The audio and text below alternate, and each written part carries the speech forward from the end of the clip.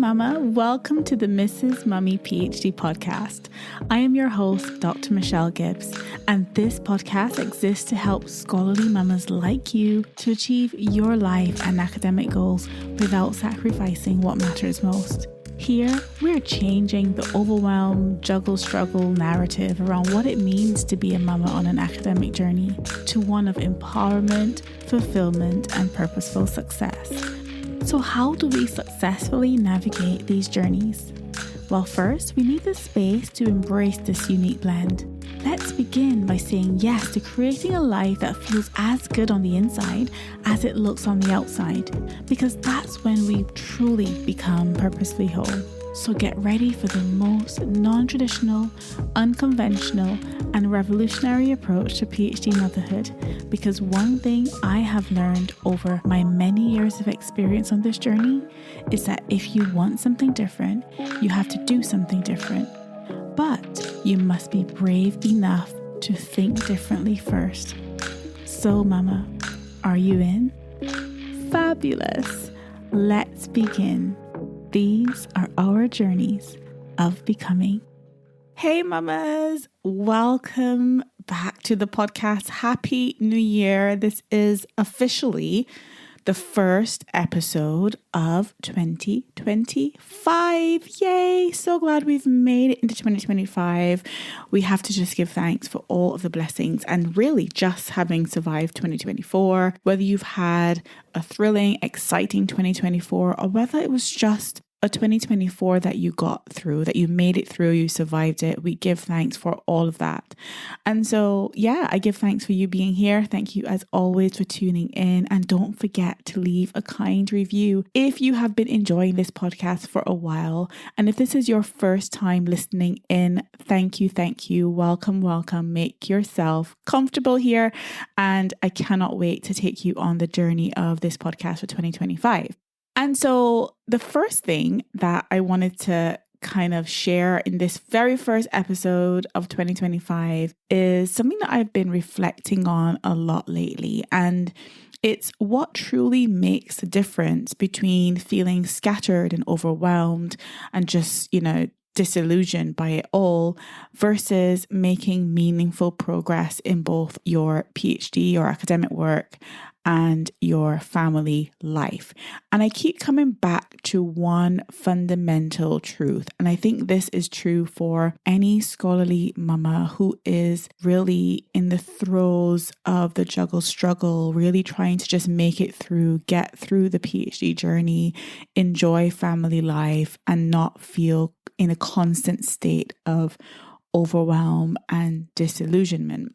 And for me, because last year was truly transformative in a number of ways, but I wanted to share one in particular that really changed my approach to both motherhood and my post-PhD work. Obviously, if you are in the throes of your PhD, it would be motherhood and your PhD work. But I joined the remarkable paper tablet family last year for the first time. Before I was just using iPads and lots of paper. My husband will tell you, I was sinking in paper notes, because I'm the sort of person, I think, who really likes to write things down. I'm a very visual learner. And so I need to see things written down. I need to be able to scribble things down. And so I need to see things drawn or written down or something. It really helps me to commit that thing to memory. It helps me to get my ideas out and crystallize those ideas. And so I'm constantly drawing, writing, highlighting, all kinds of things. And I was sinking in paper notes. And so I joined the Remarkable Paper Tablet family. I got Remarkable 2. And for Christmas, my amazing husband person who just gets me and who 100% understood the assignment upgraded me to the Remarkable Pro family. And thank you, babe, if you're listening. And I know what you're thinking. Is she going to talk about the tablet? And no, I'm not being paid, not being sponsored by Remarkable to share this. It's just something that has really helped me. And I'm going to bring this all together in a moment. So stay with me here, because this is not about the device itself. Again, you can use whatever device you choose to use. This is not an ad for Remarkable, but it's really what happens when we create a distraction-free space for our thoughts and our work to really flourish.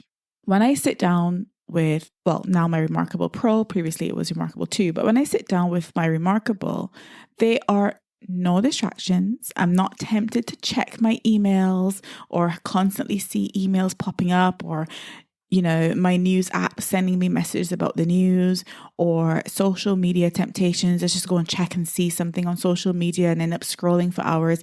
This eliminates all of that. It's just me, just my thoughts and my work.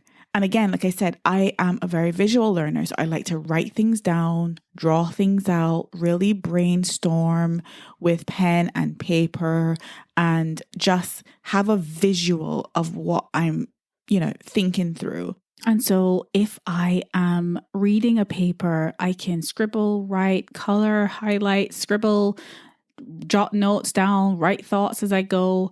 I can do all of that all on my Remarkable. And it really allows me to get through a lot of complex thoughts, really crystallize my ideas, flush them out, cross them out, replace them with another idea. And let me tell you, the difference that using a distraction-free device has made in my productivity, and more importantly, my peace of mind, has been astronomical. And what this experience has taught me, it's really taught me something really crucial about focused effort, because it's not about working more hours or, creating time that we clearly don't have. It's about making the hours that we do work truly count and as productive as possible. And as scholarly mamas, we don't have the luxury of endless, hours and hours or days even of uninterrupted time. It just doesn't exist for us. We are literally working between nap times, if you've got little ones, or school pickups, or work responsibilities, or family responsibilities. You are juggling this huge mounting of a task of writing your PhD thesis or completing your PhD work in between all of these things. And so we don't have all of this endless uninterrupted time. And that's why we need to make sure that every minute of our focused time to work actually counts. And so I want to share 3 key insights about really cultivating focused effort, particularly in 2025, especially if one of your goals for this year is to really make substantial progress in your PhD journey. I really want to help you in this episode to cultivate that focused effort. So the first thing for me really is creating a sacred space for your work. This may be a physical space, like a dedicated corner of your home, or this may be a digital sacred space, like I mentioned, using tools or devices that minimize distractions.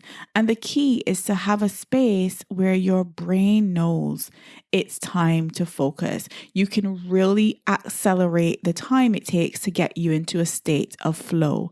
And that really is about training your brain to know it's time to work and it's time to engage in deep, focused work.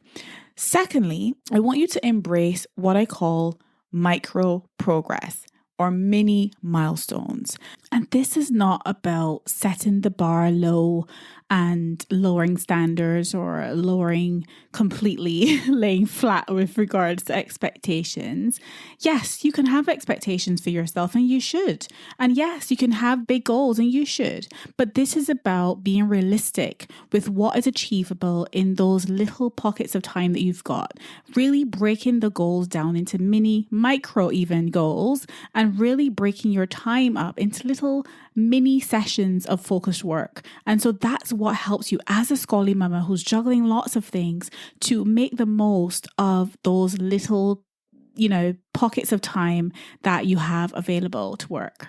And these little pockets of time that you may find between juggling all the things, a little 30 minutes here, a little 60 minutes there, they are gold mines if you approach them with intention and purpose. And you know what? It's so amazing what you can accomplish in those short focus bursts when you are not constantly distracted and switching between tasks. So I think it's really important to not only maximize those little pockets, but really use those times for focused effort without distraction and without overwhelm, because you've taken the time to break those bigger goals down into mini micro goals and into specific tasks that you want to undertake within the time you've got available. And the third insight I want to share in this episode is that, and this one is really crucial, by the way, is to make sure that your focus time is known and visible to your family. This is really important because when my kids see me at my desk with my Remarkable or see me, preparing for focus work, they know it's mummy's work time. This is not time to play games and, have fun. There is allocated time for that. And I don't feel guilty about that because I've got that time planned where we are going to do something together or we are going to have fun, watch a movie, whatever. They know if I'm sitting down to work, this is not the time for play. And so we have made it kind of, I guess, a cultural thing in the house. And it's beautiful to see them learning how to respect that focus time, but also not just for me, but creating that focus time for each other so that when they sit down to have their focus time, whether that's reading time or homework time or just journaling, reflection time, we all are respecting those boundaries, giving them that space to really make focused effort towards whatever it is that they're doing. And so respecting those boundaries, respecting that focus time, while knowing that we still love each other, we still, mommy still loves you, you still love mommy, but we are just respecting each other's boundaries when it comes to focus time and really getting our work or tasks or homework or journaling or reading, whatever it is that we have to do, we get to have the space to be able to do that work. And so speaking of making focus effort work for scholarly mamas, I can barely contain my excitement about something. I have something huge coming up that I think is going to be an absolute game changer for our community. While I cannot reveal all the details just yet, I'll say this. If you have been struggling to find that sweet spot between PhD progress and present parenting, you are going to want to stay tuned. Let's just say that I am soon going to be announcing something that is going to help you create that focus, intentional approach to your PhD journey that you have been craving. Of course, you've already got Scholarly Mama's Focus. You can go and book co-working sessions there. And you've also got Scholarly Mama's Optimum, where you can book one-on-one coaching with me. And I've also introduced something called Scholarly Mama's Soar, which is a one-off breakthrough session if you are feeling stuck. This session is designed to tackle a specific challenge that you are facing in your Scholarly Mama journey. And you can find out all about that on mrsmummyphd.com/coaching. I've talked about Optimum there, and I've also talked about Soar on there, which is the one-off breakthrough sessions. And in these sessions, I will help you really unpack what's keeping you stuck so that you can get back on track to soar in your PhD in 2025. But that's not the big announcement. I cannot wait to share with you a huge announcement coming soon. So make sure you tune into this podcast. Please subscribe if you are not subscribed so you do not miss this huge announcement coming very soon. That is going to be an absolute game changer. I cannot wait. Oh my goodness. This has been the secret that I have not fully shared. I've kind of hinted towards it a little bit on this podcast, but I have not shared what I'm about to share with you. I cannot wait. So you must stay tuned. It's going to be amazing. And so as we step into 2025, Mama, I want you to remember this. You don't have to choose between being a present parent and being a successful PhD student. What you do need, though, is to be intentional about creating space for focused effort in both areas. And I am here to help you do exactly that. So until next time, keep being the amazing scholarly mama that you are. And don't forget, to follow me on social media at Mrs. Mummy PhD for a huge announcement coming soon. Trust me, Mama, you're not going to want to miss this one. Until next time, as always, I am sending you so much love and so much gratitude. Please keep making space for what matters most. I cannot wait to see you in next week's episode. Bye for now. Thank you for tuning in to the Mrs. Mummy PhD podcast. I hope you've enjoyed the episode, and if you did and you want in on this movement, please head over to mrsmummyphd.com or scholarlymamas.com. If you want to do your PhD well without sacrificing yourself or those you love dearest, then you need your hands on all the ways that we can work together to transform your journey of scholarly motherhood from one of overwhelm, disillusionment and burnout to one of scholarly joy and purposeful success. Make sure you head over to mrsmummyphd.com. I'll leave a link in the show notes. I cannot wait to work with you. Remember, Mama, these are our journeys of becoming.